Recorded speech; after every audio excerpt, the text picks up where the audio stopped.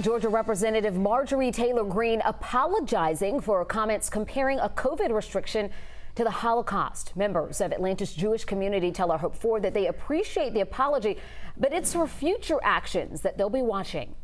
And there are words that I have said and remarks that I've made that I know are offensive, and for that I want to apologize. Might be the first time that the Congresswoman has apologized for anything in her tenure. In a last-minute press conference, the Georgia representative apologized for comments she made a month earlier. During a May podcast, Greene compared a House floor mask mandate to the Holocaust. She later tweeted comparing vaccination logos to Jewish people being forced to wear a gold star. But after a visit to the Holocaust Museum, Greene said she was reminded of her recently deceased father, who always told her to own her mistakes. The Holocaust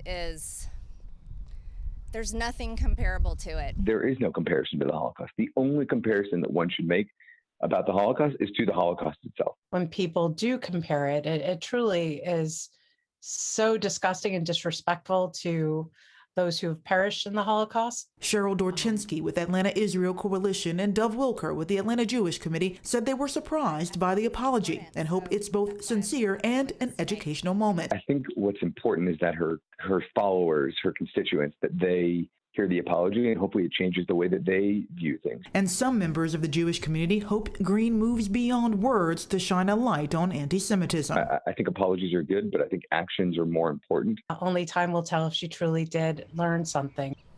All right, so after her apology, Greene doubled down on her belief that anyone being forced to wear a mask or get a vaccine is under a type of discrimination that she strongly condemns.